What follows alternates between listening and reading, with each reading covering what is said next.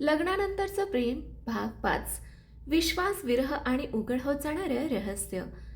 सकाळी 6:30 वाजले होते. घरात नेहमीप्रमाणे प्रसन्न वातावरण होतं. स्वयंपाकघरातून सासूबाईंच्या फोडणीचा सुगंध येत होता. आर्या गाणं गुणगुणत कॉलेजसाठी तयार होत होती. पण सासरे मात्र त्यांच्या अभ्यासिकेत गेले आणि काही क्षणातच मोठ्याने ओरडले, "अन्वय!" त्यांच्या आवाजाने सगळे धावत आले. "काय झालं बाबा?" अन्वयने विचारलं. सासऱ्यांच्या हातात कपाटाची तुटलेली कडी होती. कोणीतरी रात्री माझ्या अभ्यासिकेत शिरलं होतं. अन्वयने संपूर्ण खोली पाहिली. कागदपत्र अस्ताव्यस्त पडली होती. काही चोरीला गेलं का? सासऱ्यांनी थरथरत्या आवाजात उत्तर दिलं, "हो, ती जुनी निळ्या रंगाची फाईल नाहीये." अन्वयचा चेहरा गंभीर झाला. "त्यात काय होतं?" सासरे काही क्षण थांबले. "तुझ्या आई-वडिलांच्या अपघाताशी संबंधित काही कागदपत्र आणि काही अशी नावं जी अनेक वर्षांपासून गुपित होती." सानिका हे ऐकून दचकली. म्हणजे हा सगळा खेळ त्या जुन्या घटनेशी जोडलेला आहे. अन्वयने लगेच सीसीटीव्ही फुटेज पाहिलं. स्क्रीनवर रात्रीचा व्हिडिओ सुरू झाला. मुखवटा घातलेला माणूस स्पष्ट दिसत होता. तो अभ्यासिकेत गेला, फाईल घेतली आणि जाताना भिंतीवरील एका फोटोसमोर 2 सेकंद थांबला. तो फोटो होता अन्वयच्या संपूर्ण कुटुंबाचा. त्या व्यक्तीने फोटोला हलकेच हात लावला आणि मग निघून गेला. सानिका आश्चर्याने म्हणाली, "अन्वय हा माणूस या घराला ओळखतो." अन्वयने मान हलवली, "हो, आणि कदाचित आपल्या कुटुंबालाही." दिवसभर घरात तणावाचं वातावरण होतं. सासूबाई देवघरात बसून सतत प्रार्थना करत होत्या. आर्या घाबरून म्हणाली, "दादा, आता आपल्याला काही होणार नाही ना?" अन्वयने बहिणीच्या डोक्यावरून हात फिरवला. "जोपर्यंत मी आहे तोपर्यंत तुम्हा सगळ्यांना काहीही होऊ देणार नाही." हे ऐकून सानिकाच्या मनात अभिमान दाटून आला. संध्याकाळी अन्वयला अचानक ऑफिसमधून तातडीचा फोन आला. "सर, पुण्यातील शाखेत ताबडतोब यावं लागेल. महत्त्वाचे पुरावे मिळाले आहेत." अन्वयने सानिकाकडे पाहिलं. "मला आजच जावं लागेल." सानिकाचा चेहरा उतरला. "आजच?" "हो. फक्त एक रात्र. उद्या संध्याकाळपर्यंत परत येईन." पहिल्यांदाच लग्नानंतर ते दोघे वेगळे राहणार होते. रात्री सानिका अन्वयसाठी बॅग भरत होती. तिने त्याचे कपडे व्यवस्थित ठेवले. शेवटी तिने एक छोटंसं पत्र बॅगेत अलगद ठेवलं. अन्वयने पाहिलं. "काय ठेवलंस?" ती हसली. "तुम्ही गेल्यावर वाचा." अन्वयने तिच्याकडे प्रेमाने पाहिलं. "मग मलाही काही द्यायचं आहे." त्याने खिशातून एक छोटासा चांदीचा कृष्णाचा लॉकेट काढला. "हे माझ्याकडे अनेक वर्षांपासून आहे. जेव्हा मला भीती वाटते तेव्हा हे माझ्याजवळ असतं." त्याने ते सानिकाच्या गळ्यात घातलं. "आता हे तुझ्याकडे राहू दे, कारण माझ्या मनाची शांती आता तुझ्यात आहे." सानिकाच्या डोळ्यात अश्रू आले. ती हळूच त्याच्या मिठीत शिरली. "लवकर या, तुमच्याशिवाय हे घर खूप रिकामं वाटेल." अन्वयने तिच्या कपाळावर प्रेमाने चुंबन घेतलं. "मी परत येण्यासाठीच जात आहे." अन्वय गाडीत बसून निघून गेला. गाडी नजरेआड होईपर्यंत सानिका गेटवर उभी होती. तिच्या डोळ्यात नकळत पाणी आलं. त्याच वेळी तिचा मोबाईल वाजला. अनोळखी नंबरवरून मेसेज आला. अन्वय पुण्याला पोहोचणारच नाही, कारण त्याचा अपघात आधीच ठरवला गेला आहे. मेसेज वाचताच सानिकाच्या हातातून मोबाईल खाली पडला. तिच्या तोंडातून फक्त एकच शब्द बाहेर पडला, "अन्वय." मृत्यूच्या दारातून परतलेलं प्रेम. अन्वय पुण्याला पोहोचणारच नाही, कारण त्याचा अपघात आधीच ठरवला गेला आहे. मेसेज वाचताच सानिकाच्या हातातून मोबाईल खाली पडला. "नाही, नाही." तिच्या तोंडून शब्दही फुटत नव्हते. ती लगेच अन्वयला फोन करू लागली. एकदा, दोनदा, तीनदा, पण फोन लागत नव्हता. तिच्या डोळ्यातून अश्रू वाहू लागले. "देवा, अन्वयला काही होऊ देऊ नको." सासूबाई धावत आल्या. "काय झालं सानिका?" तिने थरथरत्या हातांनी मोबाईल त्यांच्या समोर धरला. मेसेज वाचता सासूबाईंच्या चेहऱ्यावर भीती पसरली. सासरेही तिथे आले. "अन्वयला लगेच फोन लावा." पण त्याचाही फोन लागत नव्हता. क्षणभर संपूर्ण घरात शांतता पसरली. सानिका अचानक ठाम आवाजात म्हणाली, "मी त्यांना शोधायला जाणार." सासरे म्हणाले, "बाळा, तू एकटी कशी जाणार?" "मी एकटी नाही, देव माझ्यासोबत आहे आणि माझा विश्वासही." तिच्या डोळ्यातील निर्धार पाहून सासऱ्यांनी कारची चावी तिच्या हातात दिली. "सावध जा आणि अन्वयला घेऊनच परत ये." दुसरीकडे अन्वय महामार्गावर गाडी चालवत होता. त्याच्या मनात सानिकाने बॅगेत ठेवलेल्या पत्राबद्दल उत्सुकता होती. सिग्नलला गाडी थांबताच त्याने ते पत्र उघडलं. त्यात लिहिलं होतं, "प्रिय अन्वय, आपलं लग्न झालं तेव्हा तुम्ही माझ्यासाठी फक्त माझे पती होता. पण आज तुम्ही मला माझा श्वास झाला आहात. तुमच्याशिवाय या घराचा विचारही मला करता येत नाही. तुम्ही परत आलात की माझ्या मनातली एक गोष्ट तुम्हाला नक्की सांगणार आहे. तुमची सानिका." पत्र वाचताच अन्वयच्या डोळ्यात आनंदाश्रू आले. तो स्वतःशीच हसला. "वेडी, मला आधीच कळलंय." तेवढ्यात त्याच्या मागून भरधाव वेगाने येणारा एक ट्रक अचानक नियंत्रण सोडून त्याच्या गाडीच्या दिशेने वळला. अन्वयने आरशात पाहिलं. अरे देवा! त्याने गाडी बाजूला घेण्याचा प्रयत्न केला. ट्रकने जोरदार धडक दिली. थाड! गाडी 2-3 वेळा फिरली आणि रस्त्याच्या कडेला जाऊन आदळली. सगळीकडे धूर पसरला. अन्वयच्या कपाळातून रक्त वाहू लागलं. त्याचा फोन दूर जाऊन पडला. त्याचवेळी सानिका त्या रस्त्यावरूनच जात होती. तिला पुढे मोठी गर्दी दिसली. तिच्या मनात धडधड सुरू झाली. ती धावत गर्दीत शिरली. समोरच अन्वयची गाडी चुराडा झालेल्या अवस्थेत उभी होती. "अन्वय!" ती किंचाळली. ती धावत गाडीपाशी गेली. अन्वय बेशुद्ध अवस्थेत पडला होता. त्याच्या कपाळावर फक्त रक्त वाहत होतं. सानिकाचे हात थरथरत होते. "अन्वय, डोळे उघडा, कृपया." तिने त्याचा हात घट्ट पकडला. क्षणभर अन्वयने डोळे उघडण्याचा प्रयत्न केला. अस्पष्ट नजरेत त्याला सानिका दिसली. तो हळू आवाजात म्हणाला, "तू आलीस?" सानिकाच्या डोळ्यातून अश्रूंचा पूर वाहू लागला. "तुम्हाला काही होऊ देणार नाही." लोकांच्या मदतीने अन्वयला बाहेर काढण्यात आलं. रुग्णवाहिका आली. रुग्णवाहिकेत अन्वयचा हात सानिकाच्या हातात होता.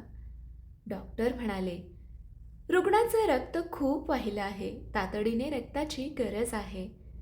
सानिका क्षणाचाही विचार न करता म्हणाली, "माझं रक्त घ्या." तपासणीनंतर डॉक्टर हसले. "सुदैवाने तुमचा रक्तगट जुळतो." सानिकाने लगेच रक्तदान केलं. सासूबाई, सासरे आणि आर्याही रुग्णालयात पोहोचले. सगळे देवाकडे हात जोडून प्रार्थना करू लागले. काही तासांनी ऑपरेशन थिएटरचा दिवा लाल बंद झाला. डॉक्टर बाहेर आले. सगळे धावत त्यांच्या जवळ गेले. "डॉक्टर, अन्वय कसे आहेत?" सानिकाने रडत विचारलं. डॉक्टर हसले. "आता ते धोक्याबाहेर आहेत, पण..." सगळ्यांचा श्वास अडकला. "त्यांना शुद्ध येण्यासाठी थोडा वेळ लागेल." सगळ्यांनी सुटकेचा निश्वास सोडला. सानिका देवघरात जाऊन शांतपणे रडू लागली. "देवा, माझा नवरा मला परत दिल्याबद्दल धन्यवाद." त्याचवेळी रुग्णालयाच्या कॉरिडॉरमध्ये एक व्यक्ती डॉक्टरच्या वेशात उभी होती. त्याचा चेहऱ्यावर मास्क होता. त्याने खिशातून एक इंजेक्शन बाहेर काढलं. तो हळूहळू अन्वयच्या आयसीयूच्या दिशेने चालू लागला आणि स्वतःशीच म्हणाला, "अपघातातून वाचलास अन्वय, पण आयसीयूमधून जिवंत बाहेर पडणार नाहीस." दरवाजाचं हँडल त्याने हळूच दाबलं. प्रेमाची हाक आणि खुणीचा पर्दाफाश. आयसीयूच्या दाराचं हँडल हळूच खाली दाबलं गेलं. डॉक्टरांचा पांढरा कोट, चेहऱ्यावर मास्क आणि हातात इंजेक्शन. तो माणूस शांतपणे अन्वयच्या बेडकडे चालत गेला. अन्वय अजूनही बेशुद्ध होता. मशीनचा पीप पीप आवाज संपूर्ण खोलीत घुमत होता. तो माणूस इंजेक्शन देणार इतक्यात, "थांबा." दार जोरात उघडलं. सानिका थापा टाकत आत आली. "तुम्ही कोण?" तो माणूस क्षणभर गोंधळला. "मी ड्युटी डॉक्टर." सानिकाला काहीतरी विचित्र वाटलं. पण डॉक्टरांनी तर सांगितलं होतं की आत्ता कोणतीही औषधं दिली जाणार नाहीत. तो माणूस मागे सरकू लागला. तेवढ्यात खरे डॉक्टर आणि 2 नर्स आत आले. "अहो, तुम्ही कोण? आमच्या हॉस्पिटलचे डॉक्टर नाही." हे ऐकताच तो माणूस पळू लागला. कॉरिडॉरमध्ये जोरदार फाटलाग सुरू झाला. अन्वयचे सासरे, रुग्णालयातील सुरक्षारक्षक आणि काही कर्मचारी त्याच्या मागे धावू लागले. तो जिन्याकडे पळाला, पण खाली पोहोचताच समोर रिया उभी होती. पळून जाऊ नकोस. तो रियाला ढकलून पुढे जाणार इतक्यात सुरक्षारक्षकांनी त्याला पकडलं. त्याचा चेहऱ्यावरचा मास्क काढला. सगळे हादरले. तो अन्वयच्या कंपनीतील महेश होता, जो अनेक वर्षांपासून विश्वासू कर्मचारी म्हणून काम करत होता. अन्वयचे सासरे आश्चर्याने म्हणाले, महेश तू? महेश मोठ्याने हसू लागला. हो मीच. पोलीसही तिथे पोहोचले.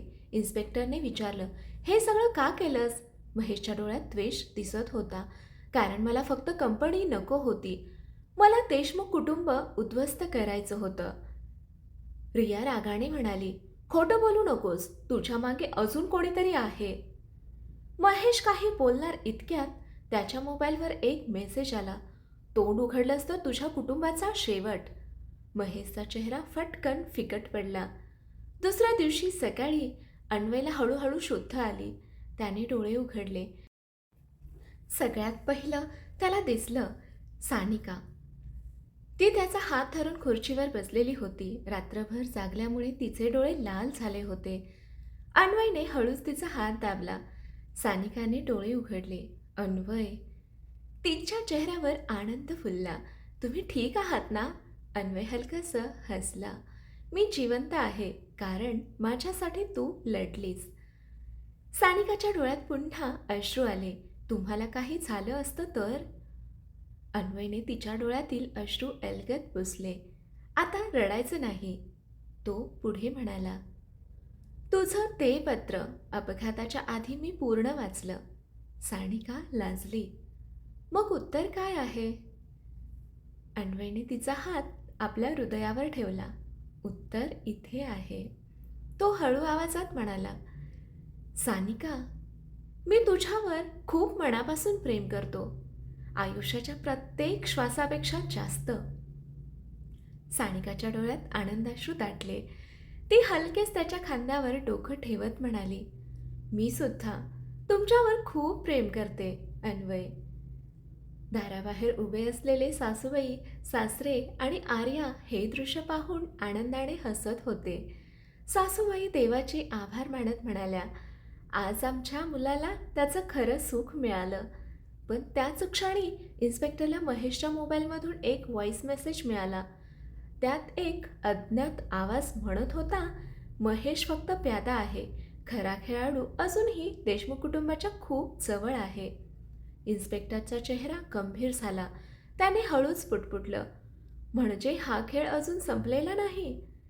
प्रेमाचा सण आणि नव्या वादळाची चाहूल.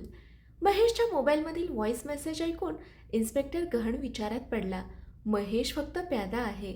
खरा खेळाडू अजून देशमुख कुटुंबाच्या खूप जवळ आहे. त्यांनी तो मेसेज कोणालाही न सांगण्याचा निर्णय घेतला. आधी पुरावे मिळवणं गरजेचं आहे, ते स्वतःशीच म्हणाले. दुसऱ्या दिवशी अन्वयची प्रकृती खूप सुधारली होती. डॉक्टरांनी हसत सांगितलं, आता 2 दिवसांनी यांना डिस्चार्ज देता येईल. हे ऐकताच सानिकाच्या चेहऱ्यावर अनेक दिवसांनी मनापासून हसू उमटलं. ती देवाचे आभार मानू लागली. अन्वय हसत म्हणाला, मला वाटतं डॉक्टरांपेक्षा जास्त उपचार तुझ्या प्रेमाने झाले. सानिका लाजत म्हणाली, आता तुम्ही बरे झालात म्हणजे पुन्हा चिडवायला सुरुवात झाली. दोघेही हसू लागले. 2 दिवसांनी अन्वय घरी परतला. संपूर्ण घर फुलांनी सजवलं होतं. सासूबाईंनी दोघांची औक्षणं करून घरात स्वागत केलं. आता आमच्या घरात पुन्हा आनंद परत आला. आर्या धावत आली, दादा, आता ऑफिसचा विचार बंद. आधी वहिनींसोबत वेळ घालवा. अन्वय हसत म्हणाला, मॅडम, तुमच्या आदेश डोक्यावर. सगळे मनापासून हसले. त्या रात्री सगळे झोपल्यानंतर अन्वय शांतपणे बाल्कनीत उभा होता. चंद्रप्रकाश संपूर्ण अंगणावर पसरला होता. मागून सानिका आली. तिच्या हातात 2 कप गरम कॉफी होती. हे घ्या. अन्वयने कप घेतला. धन्यवाद. दोघे काही क्षण शांत उभे राहिले. थंड वाऱ्याची झुळूक वाहत होती. सानिका हळू आवाजात म्हणाली, त्या दिवशी हॉस्पिटलमध्ये मला खरंच वाटलं होतं की मी तुम्हाला कायमचं गमावणार. अन्वयने तिच्याकडे पाहिलं आणि मला वाटलं, जर मी परत आलो नाही तर मी तुला आय लव्ह यू म्हणूही शकणार नाही. सानिकाच्या डोळ्यात पाणी आलं. पुन्हा कधी असं बोलू नका. अन्वयने तिचे दोन्ही हात आपल्या हातात घेतले. ठीक आहे, मग आजपासून एक वचन. कसलं? आपण कितीही व्यस्त असलो, कितीही रागवलो, कितीही संकटे आली, तरी दिवस संपण्यापूर्वी एकदा तरी मनापासून हसून एकमेकांशी बोलायचं. सानिका हसली. वचन. तिने आपला हात त्याच्या हातात घट्ट गुंफला. अन्वयने खिशातून एक छोटासा डबा काढला. हे तुझ्यासाठी. सानिकाने तो उघडला. आत एक सुंदर मंगळसूत्राच्या लॉकेटला जुळणारं छोटंसं हृदयाच्या आकाराचं पेंडंट होतं. त्याच्या मागे कोरलेलं होतं, फॉरेव्हर माईन. सानिकाच्या डोळ्यात आनंदाश्रू दाटले. इतकं सुंदर. अन्वयने स्वतः ते तिच्या गळ्यात घातलं. हा फक्त दागिना नाही, मग माझ्या प्रेमाची ओळख आहे. सानिकाने भावूक होत त्याला मिठी मारली. मला जगातलं सगळ्यात मोठं सुख मिळालं आहे. अन्वयने तिच्या कपाळावर प्रेमाने चुंबन घेतलं. आणि मला माझं घर, माझं प्रेम, माझं आयुष्य. दोघे बराच वेळ एकमेकांच्या मिठीत हरवून गेले. दुसऱ्या दिवशी सकाळी संपूर्ण कुटुंबाने एकत्र नाश्ता केला. सासरे म्हणाले, पुढच्या आठवड्यात आपल्या लग्नाचा पहिला सण आहे. यंदा मोठ्या उत्साहात साजरा करू.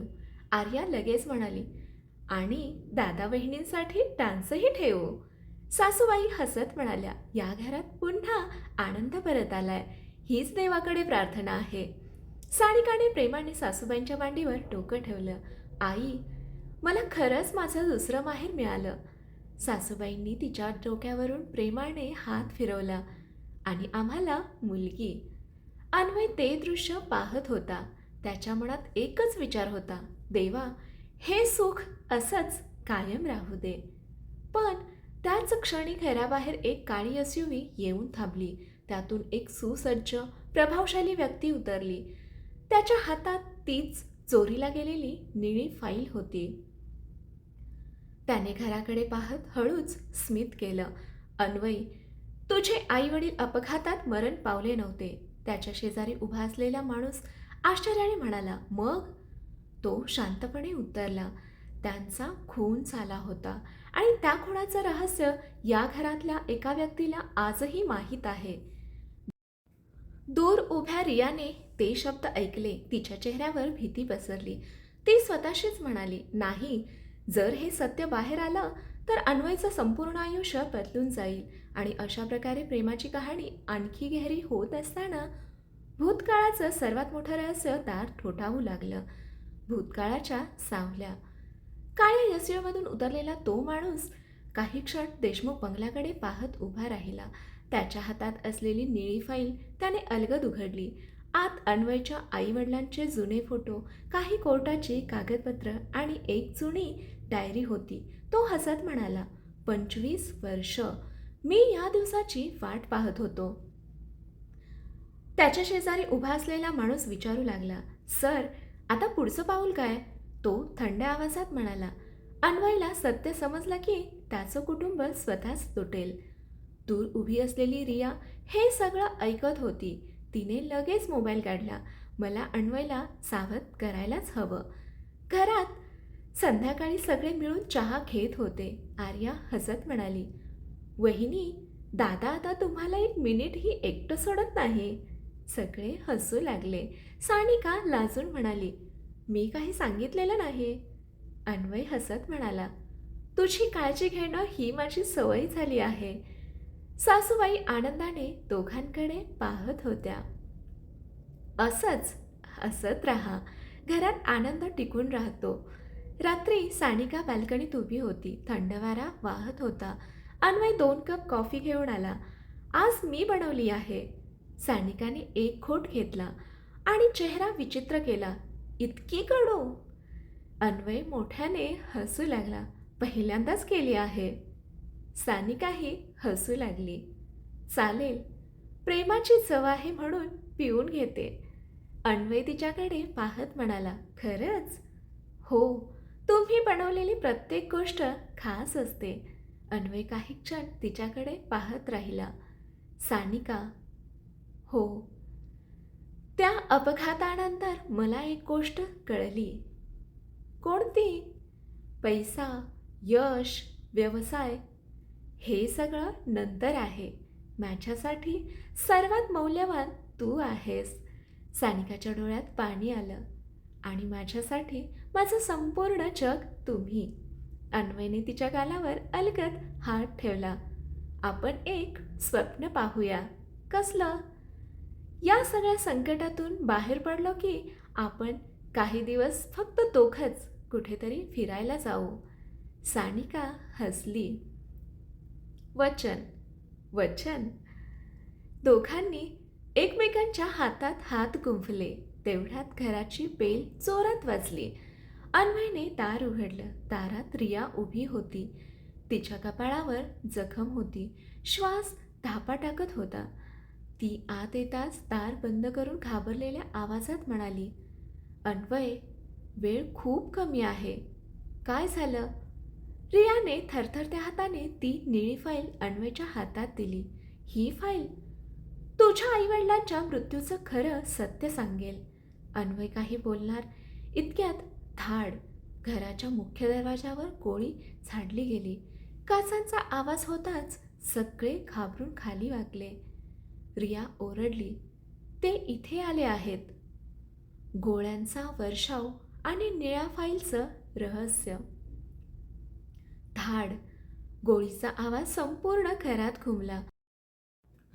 मुख्य दरवाजाची काच तुटून सगळे तुकडे हॉलमध्ये विखुरले. सासूबाई किंचाळल्या, अन्वय. क्षणाचाही विलंब न करता अन्वयने सानिकाला आपल्या मागे ओढलं. सगळे खाली वाका. सासरे आर्या सासूबाईंना सुरक्षित ठिकाणी घेऊन गेले. रिया दरवाजाजवळून मागे सरकली. तिच्या चेहऱ्यावर भीती स्पष्ट दिसत होती. बाहेरून पुन्हा एक आवाज आला, फाईल आमच्या हवाली करा, नाही तर आज या घरातून कोणीही जिवंत बाहेर जाणार नाही. अन्वयचा राग ऐणावर झाला. हिम्मत असेल तर समोर ये. पण बाहेर शांतता होती. अन्वयने पोलिसांना फोन केला. हॅलो, देशमुख बंगल्यावर तातडीने फोर्स पाठवा. 10 मिनिटात पोलीस आले. संपूर्ण परिसराची तपासणी झाली, पण हल्लेखोर पळून गेले होते. इन्स्पेक्टर म्हणाले, त्यांचा उद्देश तुम्हाला मारणं नव्हता. अन्वयने विचारलं, मग? त्यांना ती निळी फाईल हवी होती. सगळ्यांची नजर त्या फाईलकडे वळली. रात्री संपूर्ण कुटुंब हॉलमध्ये बसलं होतं. कोणाच्याही चेहऱ्यावर हसू नव्हतं. अन्वयने फाईल उघडली. पहिल्याच पानावर त्याच्या आईवडिलांचा फोटो होता.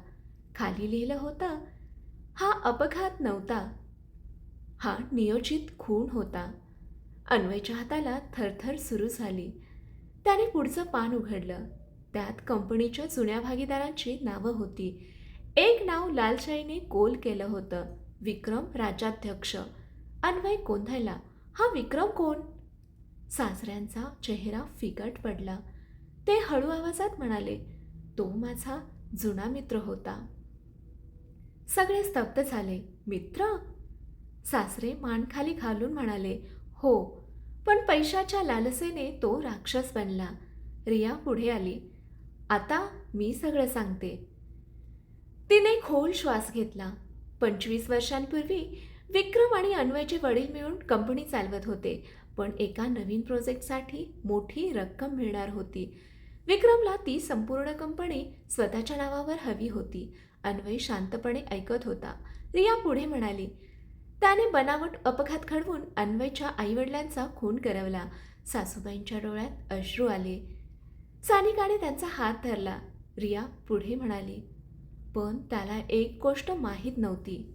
काय? त्या रात्री सगळं पाहणारा एक साक्षीदार जिवंत होता. अन्वयने उत्सुकतेने विचारलं, कोण? रिया उत्तर देणार इतक्यात तिच्या मोबाईलवर व्हिडिओ कॉल आला. स्क्रीनवर एक वृद्ध व्यक्ती दिसत होती. त्यांच्या डोक्याला पट्टी बांधली होती. ते घाबरलेल्या आवाजात म्हणाले, रिया, ते माझ्या मागे लागले आहेत. रिया ओरडली. काका, तुम्ही कुठे आहात? वृद्ध माणूस म्हणाला, मी जास्त वेळ बोलू शकत नाही. त्यांनी कॅमेऱ्यासमोर एक फोटो धरला. त्या फोटोमध्ये अन्वयचे वडील विक्रम आणि अन्वयचे सासरे तिघेही एकत्र उभे होते. अन्वयच्या हातातून मोबाईल निसटला. तो अविश्वासाने सासऱ्यांकडे पाहू लागला. बाबा, तुम्हीही? सासरे काही बोलणार इतक्यात कॉल अचानक बंद झाला. त्याच क्षणी त्या वृद्ध व्यक्तीच्या फोनमधून जोरात किंचाळण्याचा आवाज आला आणि स्क्रीन काळी झाली. संपूर्ण घरात मृत शांतता पसरली. सानिका अन्वयचा हात घट्ट पकडून उभी होती. पण अन्वयच्या मनात एकच प्रश्न घुमत होता. माझे बाबा आणि माझे बाबा म्हणजे सासरे, यांच्यात नेमकं रहस्य, कोणतं रहस्य दडलं आहे, हे पाहू पुढील भागामध्ये. कथा आवडली असेल तर कथेला लाईक करा, शेअर करा, कॉमेंट करा आणि आपल्या चॅनेलला सबस्क्राईब करा. कथा वाचल्याबद्दल आणि ऐकल्याबद्दल धन्यवाद.